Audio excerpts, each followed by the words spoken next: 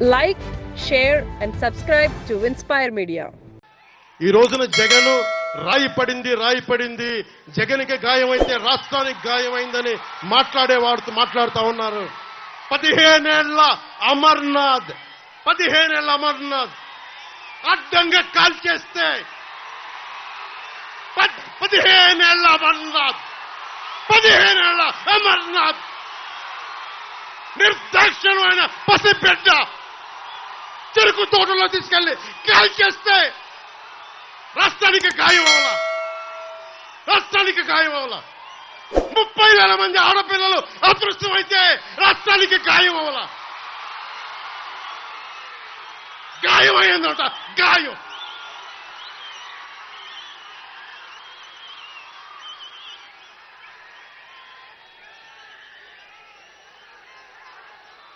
%40 ఉన్న బీసీల రిజర్వేషన్లని 24% తగ్గించి 16,000 మంది బీసీ నాయకులు మనకి అన్ని స్థాయిల్లో అవకాశాలు కోల్పోయారు. నేను 8 మందికి ఎంపీలకు ఇచ్చాను, ఇంతమందికి బీసీలకు ఇచ్చాను. కానీ జగన్ చేసిన ద్రోహం అంబేద్కర్ స్ఫూర్తిని విఘాతం కలిగించింది. 16,000 మంది బీసీలకి నువ్వు 34 నుంచి 24% తగ్గించి బీసీలని అధికారం దూరం చేసావు. అది మర్చిపోకండి.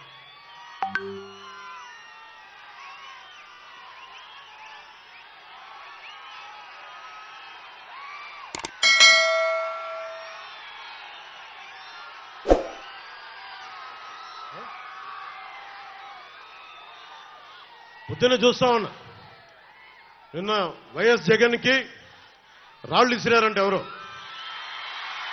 అదేంటి చిత్రమో పాపం. ఎప్పుడు ఎలక్షన్లు రాగానే ఆయనకి ఏదో ఒక గాయం జరుగుతుంది. కరెక్ట్గా ఎలక్షన్ల ముందే ఎవరో ఒకరు చచ్చిపోవడం, చంపేయడం, అంత హై సెక్యూరిటీ సిఐఎస్ఎఫ్ ఉన్న వైజాగ్ ఎయిర్పోర్ట్లో 2019కి కోడికత్తితో గాయం చేశారంట అక్కడ. సరే, మనందరం ఏం చేశాం? జనం కూడా ఏంటి కదా, మన తిలక్ గారు చెప్పినట్టుగా, దేవరకొండ బాలగంగాధర్ తిలక్ చెప్పినట్టుగా,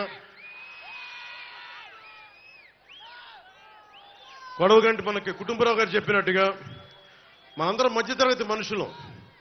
మనందరికీ ఏంటంటే అధికారం ఉన్నోడు, డబ్బున్నోడు ఏమి చేసినా దానికి ఒక నైతిక భాష్యం ఇస్తాం. పాపం కాకినాడలో ఉండే ఒక మాఫియా డాన్ ఎవరిని కత్తితో పొడిచినా పాప ఆయన ఏ పరిస్థితుల్లో పొడిచారో పాపనండి, పాపం చంపేశారు. వైఎస్ వివేకానంద రెడ్డి గారిని ఏ పరిస్థితుల్లో పొడిచారో తెలియదండి మాకు. 30,000 మంది ఆడపిల్లలు అదృష్టమయ్యారని పాపం జగన్ గారు ఏం చేస్తారండి పాపం. ఇది సగటు మధ్య తరగతి మనం చేసే తప్పు. ఇది మన హక్కులను మనం తెలుసుకోవట్లేదు. జగన్కి గాయం అయితే రాష్ట్రానికి అయ్యా గాయం. మీ జెడ్ కేటగిరీ సెక్యూరిటీ ఏం చేస్తుందా? మీ జెడ్ కేటగిరీ సెక్యూరిటీ చూసుకోరా మీరు? మరి చంద్రబాబు గారి మీద రాళ్లు కొట్టించినప్పుడు రాళ్ల వర్షమే కురిపించారా మీరు? అప్పుడు ఏమైపోయినాయి? అప్పుడు రాష్ట్రానికి గాయం జరగలేదా? అంటే మీ మీద ఇంత గులకరాయి పడితేనే గాయం అయిపోయినట్టు. ఏమో ఎవడు చేశాడో నా సంతాపం నాకు బాధ కలుగుతుంది. నన్ను అడిగారు ఈ రోజున స్టేట్మెంట్ ఇవ్వమని చెప్పారు మా పార్టీ వక్తలందరూ. సార్ జగన్ గారికి ఇలా దెబ్బ తగిలింది అంటే నన్ను ఏం చేయమంటారన్న? ఆయనకి కొంచెం మీరు త్వరగా కోలుకోవాలని ఇవ్వంటే ఏమో అది నిజమో అబద్ధమో నాకేం తెలుసు. అతనే ఇలా టప్పును కొట్టేసుకున్నాడో ఎవరికి తెలుసు? తెలియదు కదా. ఎందుకంటే కరెంటు పోయింది, దండలు ఉన్నాయంట. ఆ దండల్లో వాళ్ళే రాయిపెట్టి కొట్టుకున్నాడేమో, లేదు నిజంగా పోని ఒకసారి నాన్న పులి కథలాగా ఒకసారి చెప్తే బాగుంటుంది. ప్రతిసారి ఎలక్షన్ రాగానే జరిగితే నిజంగా పులి వచ్చిన నాన్న పులి కథలాగా అది అబద్ధం అనుకుంటాం. సరే, నిజంగా మీ మీద రాయి చూడండి, మీరు పట్టుకోండి. ఎదురుగా పొడిచిన వ్యక్తినే ఈ రోజు వరకు మీరు పట్టుకోలేదు. జైలు నుంచి అతను బెయిల్ ఇప్పించారు 5 సంవత్సరాల తర్వాత. కోడికత్తి వ్యక్తినే. ఈ సెంటిమెంట్ డ్రామాలు దయచేసి ఆపండి. ఈ నాటకాలు భరించలేకపోతున్నాం.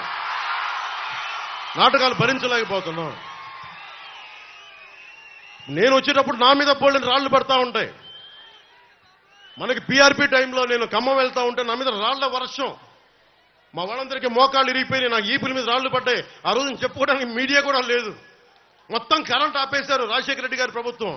మరి దెబ్బలు తిని మేము వచ్చాం, నా స్టేజ్లు కూల్చేశారు. కాదు నేను ముఖ్యమంత్రి కొడుకుని కాదు కదా, ముఖ్యమంత్రిని కాదు కదా, మన కథలు ఎవరికి తెలియవు, మన కథలు ఎవరికి తెలియవు. జగన్ గారికి ఎంత రాగానే అయ్యయ్యో ఎంత బాధ జరుగుతుందండి, అయ్యయ్యో పాపం. అమర్నాథ్ని తిరుగు తోటలో కాల్ చేస్తే పాపం లేదు, అది వైసీపీ వాళ్ళకి పట్టదు. రేపల్లెల్లో ఒక ఆడపడుచుని దారుణంగా భర్త ముందు మనకి మానాన్ని పాడు చేస్తే పాపం దొంగతనం చేయడానికి వచ్చారండి, అలా అనుకోలేదండి. దొంగలని దుర్మార్గుల్ని వెనకేసుకొచ్చే వస్తే మనుషులు. జగన్ గారితో ఇంత పడగానే నాకు నిజంగా అనిపించింది, జెడ్ కేటగిరీ సెక్యూరిటీ మీరందరూ ఏమయ్యారయ్యా, పోలీస్ అధికారులు ఏమయ్యారు, డీజీపీ గారు ఏమైపోయారు, ఇంటెలిజెన్స్ ఆఫీసర్ గారు ఏమైపోయారు మీరంతా? ఒక అందరినీ దాడి చేసే వ్యక్తి అతని మీద దాడి చేయడానికి ఎవడన్నా సంతోషిస్తాడు? మనకి నిజంగా సాహసిస్తాడా? నిజంగా ఇంత యంత్రాంగం ఉండి పట్టుకోవడానికి మీకు ఎంతసేపు పట్టుకోవడానికి? రేపొద్దున ఎవడన్నా పట్టుకుని కూడా వాళ్ళు ప్రేరేపించారు, వీళ్ళు మీ వాడే చేశాడేమో. 2019లో మీ కూర్చోబెట్టి కోడి కత్తి కోసం జగన్ గారు సీఎం అవ్వాలని డ్రామా ఆడటానికి నేనే పొడిచానని ఆ అబ్బాయి చెప్పాడు. ఈరోజు అలాగే చేశారేమో కనుక్కోండి. కానీ నేను మీకు చెప్తున్నాను, ఇలాంటి డ్రామాలకి మనం పడాల్సిన అవసరం లేదు. దయచేసి పడకండి, నిర్ద్వందంగా దాన్ని తీసి పక్కన పెట్టండి.